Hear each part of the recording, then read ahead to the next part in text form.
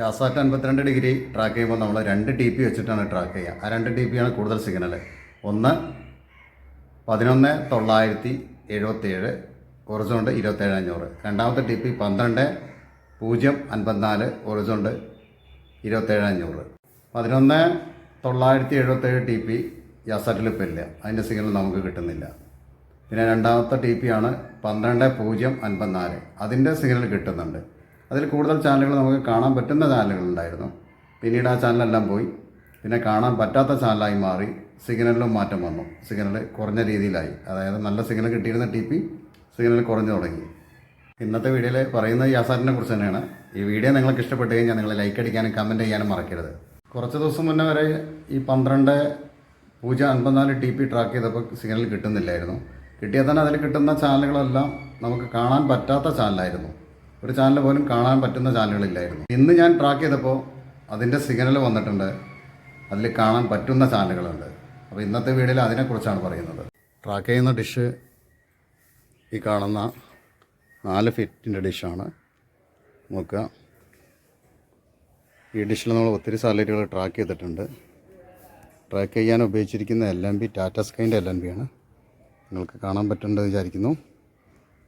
ഈ കാണുന്ന LNBയിലാണ് നമ്മൾ യാസാറ്റ് 52 ഡിഗ്രി ട്രാക്ക് ചെയ്തിട്ടുള്ള 4 ഫീറ്റ് ഡിഷിൽ.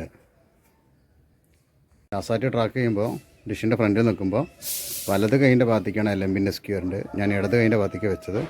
കാരണം ഇപ്പോൾ സിഗ്നൽ ഈ പറഞ്ഞ 12,054 TPൻ്റെ സിഗ്നൽ കുറവായതുകൊണ്ടാണ് ഇടത് കൈൻ്റെ ഭാഗത്തേക്ക് LNB സ്ക്യൂ വെച്ച്. ഇങ്ങനെ വയ്ക്കുമ്പോൾ കൂടുതൽ സിഗ്നൽ കിട്ടുന്നുണ്ട്. ഡിഷിൽ നിന്ന് നേരെ കേബിൾ മീറ്ററിലേക്ക് കൊടുത്തിട്ടുണ്ട്. നോക്കുക, ഇതാണ് കൂടുതൽ സിഗ്നൽ കിട്ടുന്ന TP 11,842. ഇത് കറക്റ്റ് വരേണ്ടത് വാർട്ടിക്കലാണ്. ഞാൻ ഹൊറിസോണ്ടായിട്ടാണ് വെച്ചിട്ടുള്ളത്. ഞാൻ പറഞ്ഞില്ല, മറ്റേ അടുത്ത TPക്ക് സിഗ്നൽ കൂടുതൽ കിട്ടാൻ വേണ്ടിയിട്ടാണ് അങ്ങനെ വെച്ചിരിക്കുന്നത്. അടുത്ത TP നോക്കുക, ഇത് വരേണ്ടത് കറക്റ്റ് ഹൊറിസോണ്ടാണ്. ഈ TP ഞാൻ വാർട്ടിക്കലാക്കിയാണ് വെച്ചിട്ടുള്ളത്. LNB ഓപ്പോസിറ്റ് വയ്ക്കുമ്പോൾ എല്ലാ TPക്കും അങ്ങനെ മാറ്റം വരും. ഉണ്ടാവും, സിഗ്നലില്ല. ശരിക്കും ഇത് ഹൊറിസോണ്ടാണ്. അപ്പോൾ ഇനി വെർട്ടിക്കലാക്കി നോക്കാം. വെർട്ടിക്കലാക്കി നോക്കി സിഗ്നൽ നോക്കാം. 54% സിഗ്നൽ കിട്ടുന്നുണ്ട്. ബസർ അടിക്കുന്നുണ്ട് നോക്കാം. 54-58 വരെ വരുന്നുണ്ട്. ഓക്കെ, ഈ TP 54 കറക്റ്റ് ലോക്കാവുന്നത്. ഓക്കെ, ഇതിലാണ് കൂടുതൽ ചാനലുകൾ വന്നിട്ടുള്ളത്. എല്ലാം നമുക്ക് കാണാൻ പറ്റുന്ന ചാനലുകളാണ്. ഇനി നമുക്ക് സെറ്റപ്പ് ബോക്സ് ഒന്ന് ട്യൂൺ ചെയ്ത് നോക്കാം. എത്ര ചാനൽ 52 ഡിഗ്രിയിൽ നിന്ന് ട്യൂണാവുന്നുള്ളത്. എൻ്റെ TVൻ്റെ ഡിസ്പ്ലേക്ക് ഒരു പ്രശ്നമുണ്ട്, അതുകൊണ്ടാണ് അടിയിൽ അങ്ങനെ വരുന്നത്. ഇനി നമുക്ക് എത്ര ചാനൽ ട്യൂണാവും നോക്കാം. 2 TP കയറി.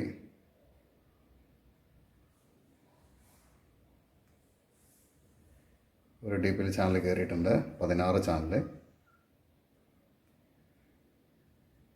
16 ചാനലാണ് സ്ട്രോങ് TPയിലുള്ള ചാനൽ കയറിയിട്ടുള്ളത്. അതായത് നല്ല സിഗ്നൽ കിട്ടുന്ന TP ആണ്. അതിലാണ് 16 ചാനൽ കയറിയിട്ടുള്ളത്.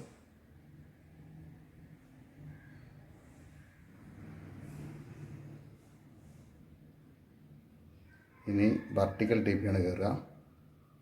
ഇങ്ങനെ വയ്ക്കുമ്പോൾ ഓപ്പോസിറ്റായിട്ടാണ് ചാനൽ കയറുന്നത്. ആ TPയിലാണ് ഇനി എത്ര ചാനൽ കയറേണ്ടത് നോക്കേണ്ടത്. അതിനാണ് പുതിയ ചാനലുകൾ വന്നിട്ടുള്ളത്. നിലവിലുള്ള ചാനൽ തന്നെയാണ്, യാസാറ്റിൽ നിലവിൽ കിട്ടുന്ന ചാനലാണ്. എന്നാൽ ഈ TPയിലേക്കാണ് ആ ചാനലുകൾ മാറിയിട്ടുള്ളത്. നിലവിൽ കിട്ടുന്ന TPയിൽ ആ ചാനൽ കിട്ടുന്നുമുണ്ട്. അങ്ങനെ ടോട്ടൽ 31 ചാനലാണ് നമുക്ക് 4 ഫീറ്റ് ഡിഷിൽ കിട്ടുന്നത്. ഇപ്പോൾ കയറിയ ചാനലുകളാണ് നമുക്ക് നിലവിലുണ്ടായിരുന്ന പഴയ TPയിൽ 12,053 TPയിൽ കയറിയിട്ടുള്ളത്. ട്യൂണിങ് കംപ്ലീറ്റ് ആയിട്ടുണ്ട്. ഇനി രണ്ട് TPയിൽ കിട്ടുന്ന ചാനലുകളാണ് കാണിക്കുന്നത്. ഫസ്റ്റ് കാണിക്കുന്നത് സ്ട്രോങ് TPയിൽ കിട്ടുന്ന ചാനൽ 16 ചാനൽ. ഇനി ഇവിടെ 16ൻ്റെ മേലോട്ട് 17, 18 ഇങ്ങനെയുള്ള ചാനലുകളാണ് ഇപ്പോൾ നമുക്ക് 12,053 TPയിൽ വരുന്ന ചാനലുകൾ.